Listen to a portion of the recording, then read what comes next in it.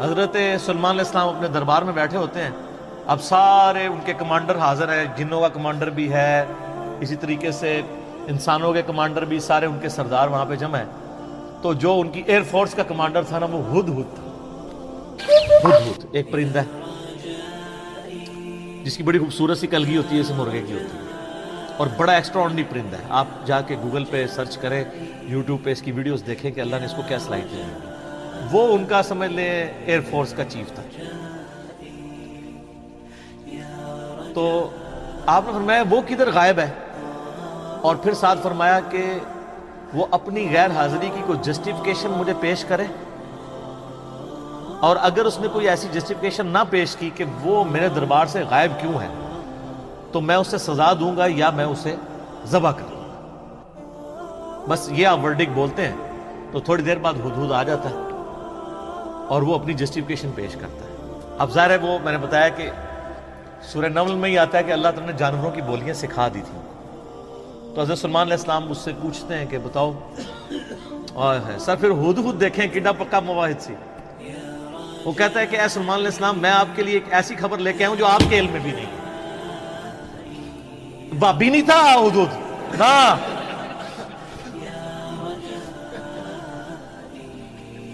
اچھا، سلیمان علیہ السلام نے کہا کیا خبر لے کے آیا ہوں؟ ان کا میں ایک ایسی قوم کے پاس سے آیا ہوں کہ جن کی حکمران ایک ملکہ ہے، عورت، اور اس کا بہت بڑا ایک عرش یعنی اس کا تخت ہے جس پہ وہ بیٹھتی ہے. اب وہ آپ کو نا ویسے کھنڈرات بھی اس کے مل چکے ہیں، ایک پکچر ہمیں ملی، انشاءاللہ ہم اس میں اٹیچ بھی کریں گے. آلموسٹ سمجھ لیں وہ کوئی آج کے دور کے اعتبار سے آپ دیکھ لیں کوئی 50 فٹ چوڑا اور لمبائی میں تقریباً 100 فٹ اور اونچائی میں بھی تقریباً 50 فٹ کے برابر، مختلف اقوال ملتے ہیں. یعنی ایک اچھا خاصا بڑا اس کا تخت تھا جس پہ اس کے سارے وہ سردار ارد گرد بیٹھتے تھے، اور وہ پتھر کا بنا ہوا بڑا سا. ان کا میں نے ایک عورت دیکھی ہے، تو وہ آپ کے علم میں نہیں ہے کہ وہ حکومت کر رہی ہے ان پہ، اور بڑا اس کا ایک تخت ہے، اس کے کئی سردار ہیں، اور شیطان نے ان کے برے اعمال ان کی نظر میں سنوار دیے ہیں. وہ اللہ کو چھوڑ کے سورج کی پوجا کرتے ہیں. سر ایک ہدہد کو بھی ٹینشن ہے شرک کی. آپ ذرا یہ دیکھیں، اسی لیے اللہ تعالیٰ نے فرمایا نا کہ قریب ہے کہ آسمان پھٹ پڑے اور زمین شک ہو جائے اور پہاڑ ریزہ ریزہ ہو جائے. ان دعوا للرحمن ولدا، جو رحمان کے لیے بیٹا تجویز کرتے ہیں، اگر یہ شرک کی تکلیف کا احساس یہ آسمان، زمین اور پہاڑوں پہ ہو تو یہ بھی دب جائیں سے کہ اللہ کے لیے اس طرح کی باتیں لوگ کرتے ہیں. تو اور پھر وہ کہتا ہے کہ اب ہدہد کی بھی آپ تقریر دیکھیں جناب، کہ شیطان نے برے اعمال ان کی نظروں میں سنوار دی ہیں، اللہ کو چھوڑ کے وہ سورج کی پوجا کر رہے ہیں، حالانکہ عظمت اس اللہ کی ہے جو زمین و آسمان کا مالک ہے. ان کو تو چاہیے تھا اسے ہی سجدہ کریں، اور اس پہ آیت سجدہ بھی ہے. اللہ اکبر، سبحان الملک القدوس. تو اب حضرت سلیمان علیہ السلام چونکہ توحید کے امام ہیں، دنیا پہ اللہ تعالیٰ کے ریپریزنٹیٹیو ہیں، جب وہ یہ بات سنتے ہیں نا تو وہ کہتے ہیں میں تیری اس بات کی تصدیق کروں گا کہ تو سچ کہہ رہا ہے یا جھوٹا بہانہ تو نہیں کہیں کر رہا تو. ورنہ تو حضرت سلیمان علیہ السلام کہتے ہیں کہ ہاں مجھے تو پہلے علم غیب اللہ تعالیٰ نے دیا ہوا ہے، میں تو اتنی دوروں میں دیکھ سکتا ہوں، وہ تو اللہ دکھائے گا تو دیکھیں گے. حضرت سلیمان علیہ السلام نے ایک خط لکھا اور اس ہدہد کو کہا. اچھا یہ کوئی سٹوری نہیں ہے جو آپ کے علماء بیان کر رہے ہوتے ہیں، یہ ورڈ بائی ورڈ سورہ النمل آیت نمبر جو ہے وہ 15 سے لے کے 44 تک 30 آیات. جو چیز ان آیات سے ہٹ کے آئے گی میں اس کو مینشن بھی کر دوں گا. تو وہ خط لکھ کے دیتے ہیں کہ یہ خط لے جاؤ اور جا کے ملکہ جو ادھر کیا ہے، ملکہ بلقیس جو ہے یہ اسرائیلی روایتوں میں آتا ہے، قرآن میں صرف ایک عورت کا ذکر ہے کہ جو حکومت کرتی تھی. اور خط اس کو دے کے پھر دیکھنا اس کا کیا جواب دیتے ہیں. ہدہد جناب لے کے خط پہنچا ہے اور جا کے اب ہدہد ایک خط لے کے آ رہا ہو اور ملکہ کے وہ جا کے بیڈ روم میں سیدھا جا کے لینڈ کرتا ہے. کوئی سیکیورٹی گارڈ کوئی کچھ نہیں روک سکتا، وہ کھڑکی سے آ کے اس میں لینڈ کر کے سامنے لا کے اس کے خط پھینکتا ہے. تو حضرت سلیمان علیہ السلام کا خط وہ کھولتی ہے تو وہ اس خط میں تو 2 ٹوک جملے لکھے ہوتے ہیں، انہ من سلیمان و انہ بسم اللہ الرحمن الرحیم، اور تم سر تسلیم خم کر کے فوراً میرے پاس حاضر ہو جاؤ. بس یہ 2 لائنوں کا ایک جملہ ہوتا ہے. جب وہ اپنے سرداروں سے مشورہ کرتی ہے تو وہ کہتی ہے میرے پاس ایک معزز خط آیا ہے، اور یہ معزز خط سلیمان کی جانب سے ہے.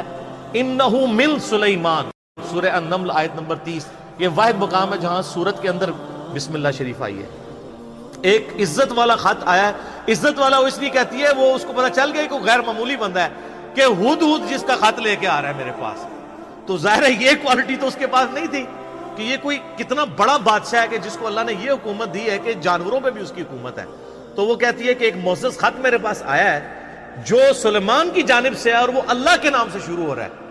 اس سے یہ سنت ٹھہری کہ جب آپ کوئی خط لکھیں کسی کو تو بسم اللہ سے اس کا آغاز کریں، اور اس میں یہ ہے کہ سر تسلیم خم کرو اور میرے پاس حاضر ہو جاؤ.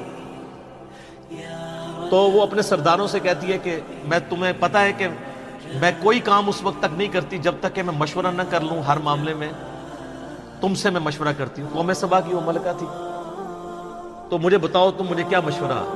تو سردار تو آپ کو پتا ہے جو ان کی تو ایک خاص جنگجو نیچر ہوتی ہے. انہوں نے کہا ہم تو بڑے طاقتور ہیں، بڑے زور آور ہیں، ہم ہر طرح کے بادشاہ کا مقابلہ کر سکتے ہیں، آپ ہمیں حکم دیں دیکھی جائے گی. لیکن وہ تو سمجھدار ہوتی ہے نا. جس طرح مجھے بھی آگے لوگ پھونک چڑھا رہے ہوتے ہیں، لیکن جو بندہ ڈرائیونگ سیٹ پہ بیٹھا ہوتا ہے اس کو پتا ہوتا ہے کہ کام کو کس حکمت سے لے کے چلنا ہے. تو وہ ملکہ کہتی ہے کہ اس کو تو اندازہ ہو گیا کہ یہ کوئی عام بندہ نہیں ہے، ان کی ساری پھوپھا نکال دے گا وہ. تو وہ کہتے ہیں کہ وہ ملکہ آگے کہتی ہے، اس کے الفاظ اللہ تعالیٰ نے نقل کیے.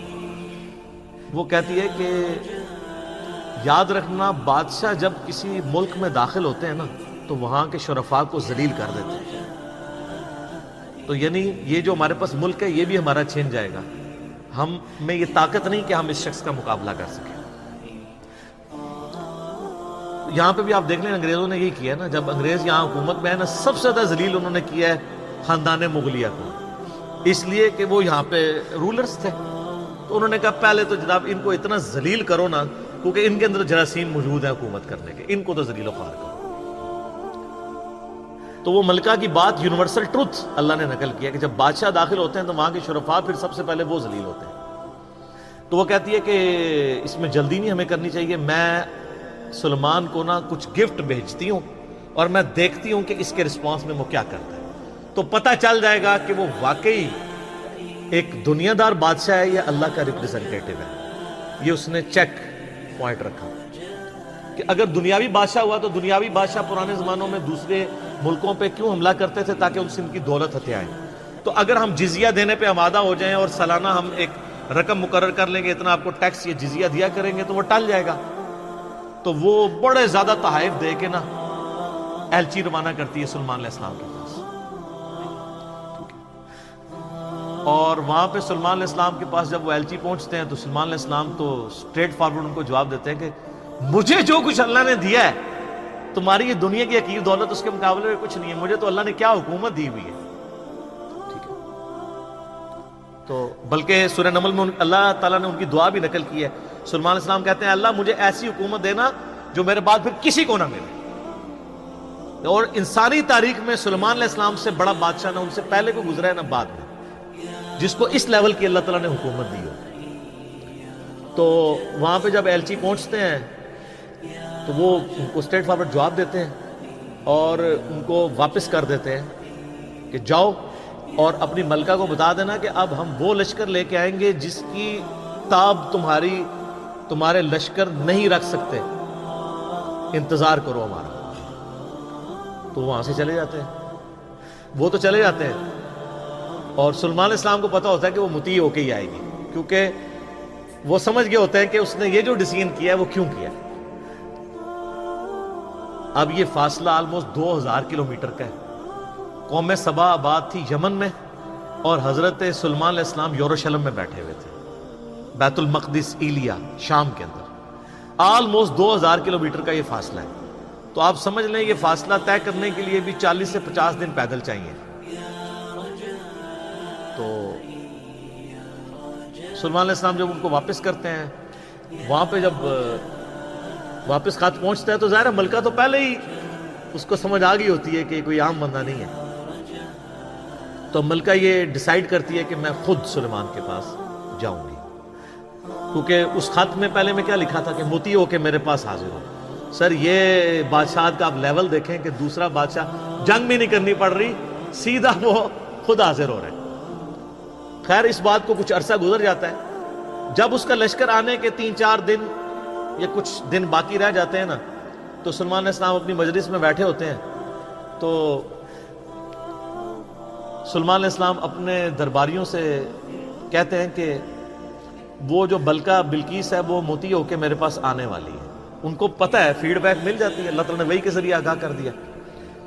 تو پھر وہ ایک گفتگو کرتے ہیں وہاں پہ، جہاں پہ وہ تخت بلقیس کا ذکر ہے، اور آصف بن برقیہ کا نام قرآن میں نہیں ہے، یہ اسرائیلی روایتوں میں۔ حضرت سلیمان علیہ السلام کہتے ہیں اے میرے سردارو، جو میرے ساتھ اٹیچ لوگ ہو، تم میں سے کون ہے کہ جو مجھے اس ملکہ کا تخت لا کر دے اس سے پہلے کہ وہ سر تسلیم خم کرتی ہوئی میرے پاس حاضر ہو جائے؟ کون ہے کہ جو ایسا کرے؟ قال عفریت من الجن، تو ایک بڑا دیو ہیکل جن کہتا ہے انا آتیک بہ قبل ان تقوم من مقامک، کہ میں آپ کی اس محفل برخاست ہونے سے پہلے 3-4 گھنٹے کی جو بھی آپ کی مجلس ہوتی ہے، مجلس ختم ہونے سے پہلے میں وہ تخت آپ کو یہاں پہ لا دوں گا۔ انبلیویبل چیز ہے، 2000 کلومیٹر سے اتنا بڑا تخت پتھر کا وزنی، 3-4 گھنٹے کیا، وہ تو آج بھی آپ اگر جہاز میں بھی لائیں تو 3-4 گھنٹے میں نہیں پہنچ سکتا، اس کو تو لفٹ کرنے میں پرابلم ہو جائے گی۔ وَإِنِّي عَلَيْهِ لَقَوِيٌّ أَمِينٌ، اور میں اس کے اوپر امانت دار بھی ہوں، میں پوری رسپانسبلٹی سے یہ کام کروں گا، اور میں طاقت بھی مجھے اللہ نے دی ہے، جنات کو اللہ نے بہت طاقت دی ہوئی ہے۔ تو حضرت سلیمان علیہ السلام یعنی ایگری نہیں کرتے اس مسئلے میں۔ تو پھر ایک اور شخص، قال الذی عندہ علم من الکتاب، وہاں ایک شخص بیٹھا ہوتا ہے جس کے پاس کتاب میں سے علم ہوتا ہے، وہ کہتا ہے انا آتیک بہ قبل ان یرتد الیک طرفک، میں اس تخت کو آپ کے سامنے حاضر کر دوں گا آپ کی آنکھ جھپکنے سے پہلے، فریکشنز آف سیکنڈ میں لے آؤں گا۔ ہمارے لیے تو وہی ہضم کرنا مشکل ہے، تو یہ تو خیر بہت بڑی چیز ہے۔ تو یہ اس نے دعویٰ کیا، بس یہ دعویٰ کرنے کی دیر تھی اور وہ لے بھی آیا تھا۔ فَلَمَّا رَآهُ مُسْتَقِرًّا عِندَهُ، تو حضرت سلیمان علیہ السلام نے جب وہ تخت وہاں پر آیا ہوا دیکھا، قَالَ هَذَا مِن فَضْلِ رَبِّي، انہوں نے کیا حضور کڈے پہنچے بزرگ کو، کیا بات ہے، کیا صاحب کرامت ہو، نہیں اومٹ کر، ان کا یہ میرے رب کا فضل ہے، ہذا من فضل ربی۔ آپ لکھتے ہیں نگاہ مرشد سے، ماں باپ کی دعا سے، اور پیغمبر کا کہتا ہے ہذا من فضل ربی، یہ تو میرے رب کا فضل ہے۔ کیوں ہے فضل؟ لیبلونی اشکر ام اکفر، تاکہ وہ مجھے آزمائے کہ میں اس کا شکر گزار بنتا ہوں یا ناشکرا۔ یہ سر توحید ہے۔ ومن شکر فانما یشکر لنفسہ، اور جو کوئی اللہ کا شکر کرے گا تو وہ بھی اپنے نفس کی خاطر ہی کر رہا ہوگا، اللہ کو کوئی پرواہ نہیں۔ ومن کفر، اور جو کوئی اللہ کی ناشکری کرے، فإن ربی غنی کریم، تو میرا رب تو غنی ہے، کریم ہے، اسے کسی کی پرواہ ہی نہیں ہے۔ ھذا من فضل ربی۔ اچھا اس کے بعد پھر آتا ہے کہ وہ ملکہ جب آئی، حضرت سلیمان علیہ السلام نے کہا کہ نا اس تخت کی حیت بدل دو، ڈیزائننگ اس کی تھوڑی سی چینج کر دو، جو اس کے اوپر کوئی پھول بوٹے لگے ہوئے تھے تھوڑا سا اسے ٹیمپر کرو، اور میں دیکھوں گا کہ وہ پہچانتی ہے اپنے تخت کو نہیں کہ نہیں پہچانتی۔ تو وہ پھر ملکہ وہاں پہ آ پہنچتی ہے، تو سلیمان علیہ السلام اسے ریسیو کرتے ہیں اور کہتے ہیں اس تخت کے بارے میں تیرا کیا خیال ہے؟ تو وہ بڑی سمجھدار ہوتی ہے، تو وہ کہتی ہے یہ تو لگتا ہے کہ یہ میرے تخت ہی ہے، اس کی مثل مجھے لگ رہا ہے بلکہ شاید وہی ہے۔ تو یہ اس کی سمجھداری کا بھی ثبوت ہے کہ وہ اس کو ٹیمپرڈ فارم میں بھی پہچان لیتی ہے، اور یہ اس کو دوسرا میسج مل جاتا ہے انہوں نے کیا لڑنا ہے،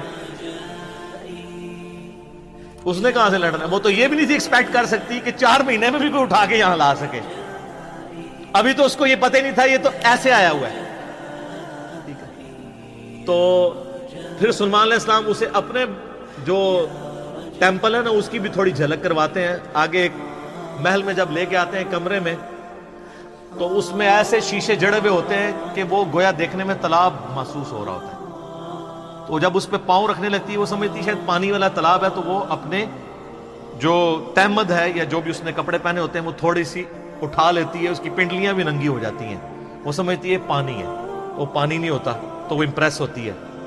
اور پھر وہ وہاں پہ کہتی ہے کہ میں سلیمان کے ساتھ اپنے رب کے سامنے سر تسلیم خم کرتی ہوں، جو میں شرک کرتی رہی میں اللہ کی طرف رجوع لاتی ہوں، اور وہ اسلام قبول کرتی ہے۔ باقی اسرائیلی روایتوں میں پھر ملتا ہے کہ سلیمان علیہ السلام کا نکاح اس کے ساتھ ہوتا ہے۔ قرآن نے اس چیز کو ایڈریس نہیں کیا، قرآن تو بس کنکلوڈ اس پہ کرتا ہے کہ وہ مسلمان ہو جاتے ہیں، نہ وہ بریلوی ہوتی ہے، نہ دیوبندی ہوتی ہے، نہ اہل حدیث ہوتی ہے، نہ شیعہ ہوتی ہے، بلکہ مسلمان ہو جاتی ہے۔ اور آپ یہ الفاظ دیکھیں جناب، مسلمان مسلمان ہی ہیں ہر طرف۔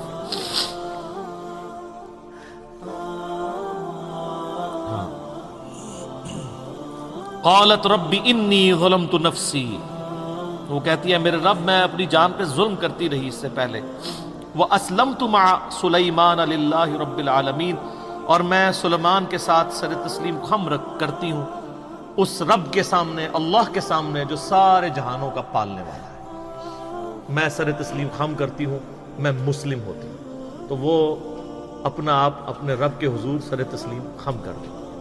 تو یہ واقعہ یہاں پہ مکمل ہوا۔